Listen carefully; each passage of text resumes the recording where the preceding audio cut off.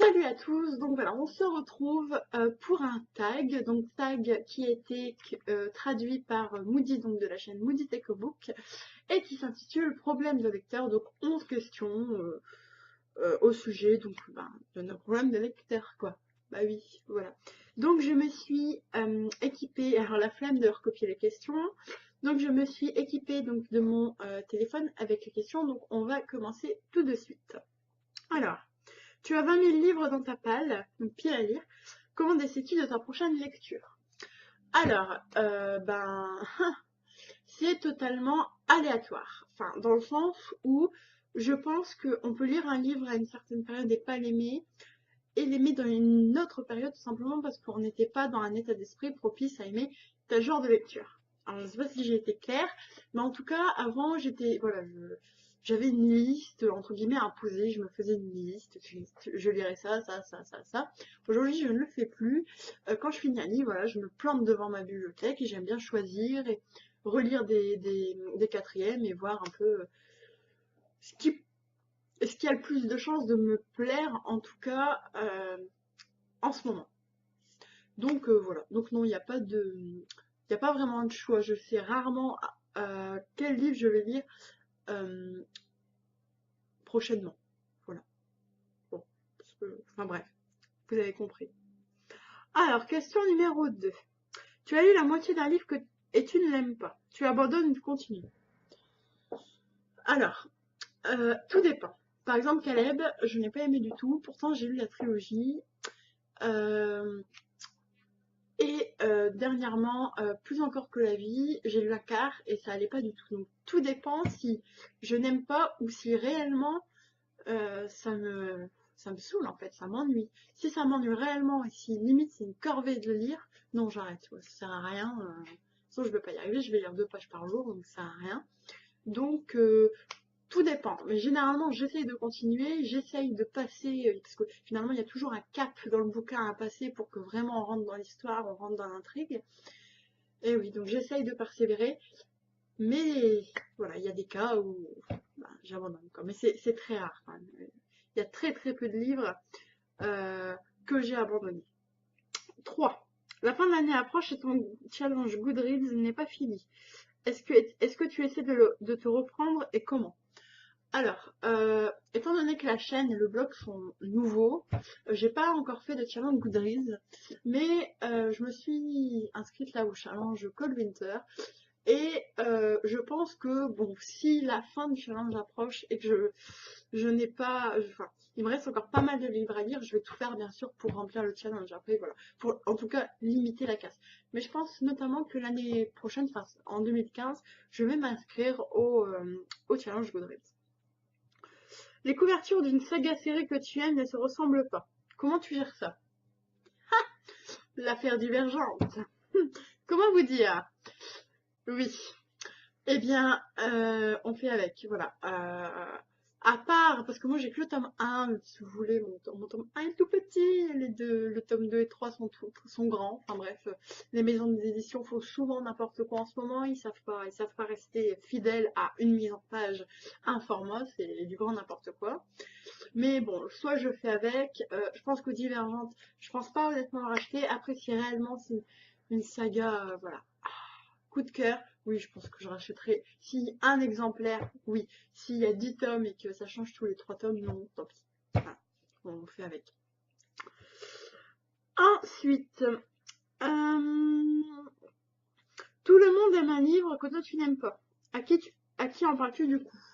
Alors, à Sandrine, donc ma meilleure amie, donc chroniqueuse donc, pour son blog Livre en folie, tout de suite. Et sinon, je pense que j'en parlerai sur la page Facebook donc de la chaîne pour avoir d'autres avis et pouvoir en parler, savoir si c'est éventuellement moi qui mal interprété la chose ou mal compris, ou si réellement c'est pas mon truc. Et puis voilà. Tu es en train de lire dans un lieu public et tu sens que tu vas pleurer. Qu'est-ce que tu fais?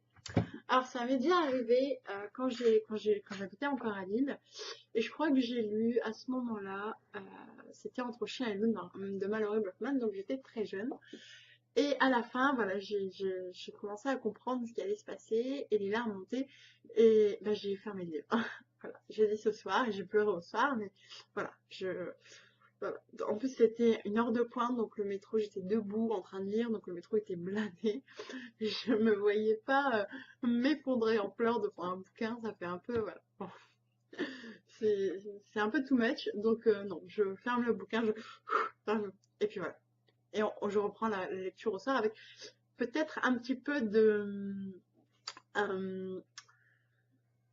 peu de peur justement, mais oui, non. Je m'interdis de m'effondrer dans les lieux publics devant un bouquin. Non. Alors, ensuite, la suite d'un livre que tu aimes vient de sortir, mais tu as oublié pas mal de choses. Que fais-tu? Tu relis le précédent, tu trouves un synopsis bien spoilant, tu pleures de frustration. Alors, c'est le cas de beaucoup de livres parce que j'ai une mémoire de poisson et donc étant donné que bon voilà, à partir du moment où on fait une chaîne et un blog livresque, je pense que c'est qu'on lit pas mal de romans par an ou par mois et c'est vrai que dans cette masse de bouquins, ça se perd comme par exemple la cinquième vague, je me souviens plus très bien.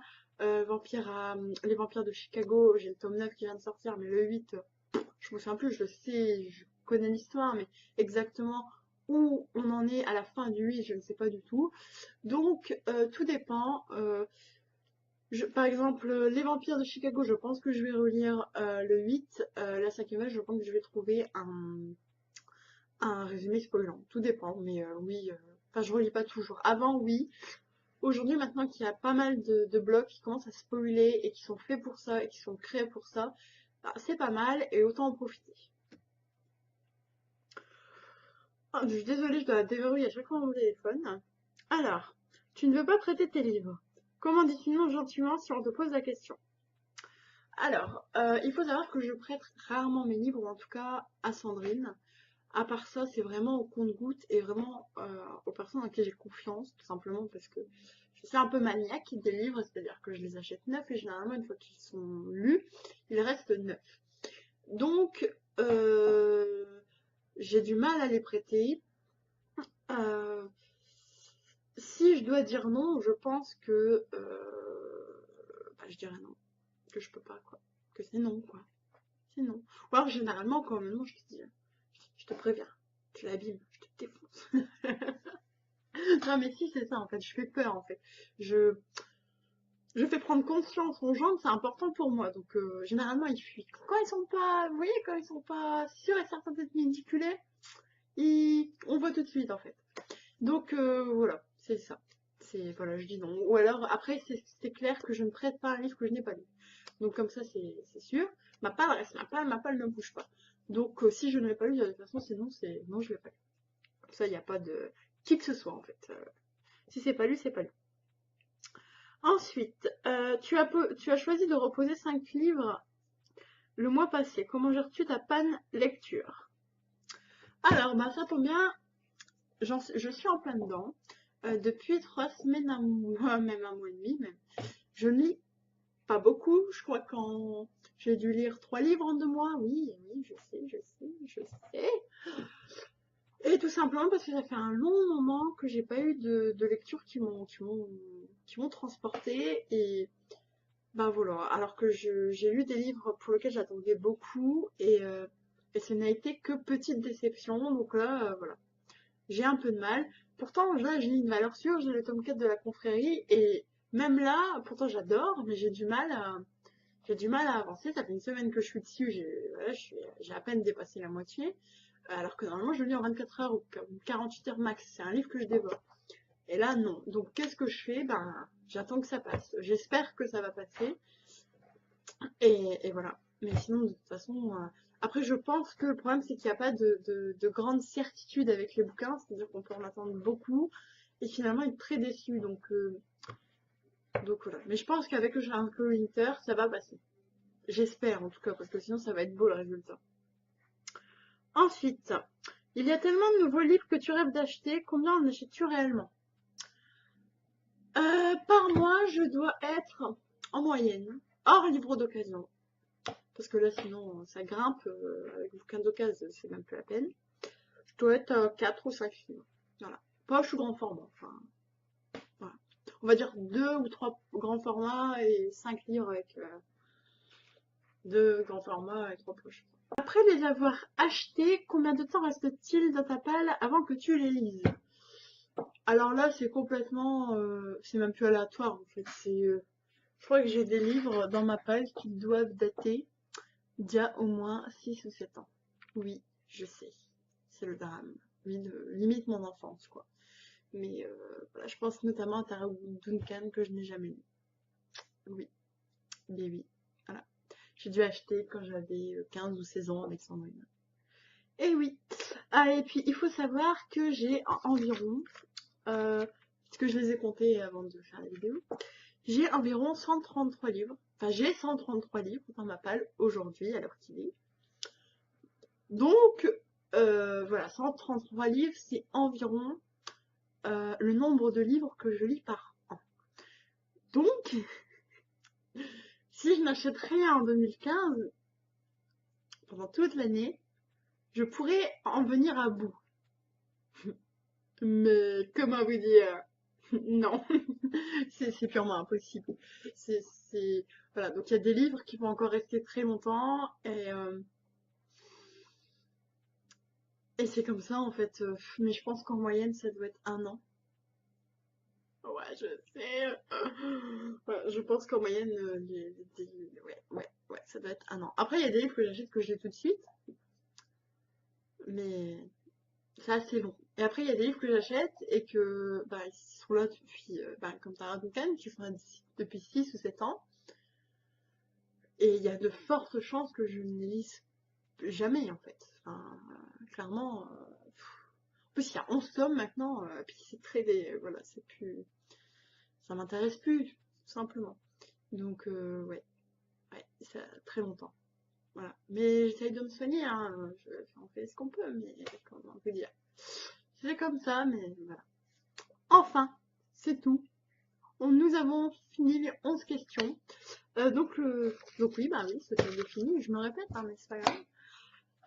Donc voilà, donc je remercie Moody donc, pour la traduction de ce tag, parce que sans elle, ben, ce tag n'aurait pas été faisable vu que question en anglais. Hein. On va limiter la casse, on va pas faire un sinon c'est pas possible. Donc voilà, donc je vous fais des gros bisous, j'espère que ce tag vous aura plu. Je suis désolée pour le temps du déverrouillage de l'écran, mais voilà, j'essaierai de faire un petit montage, enfin bref.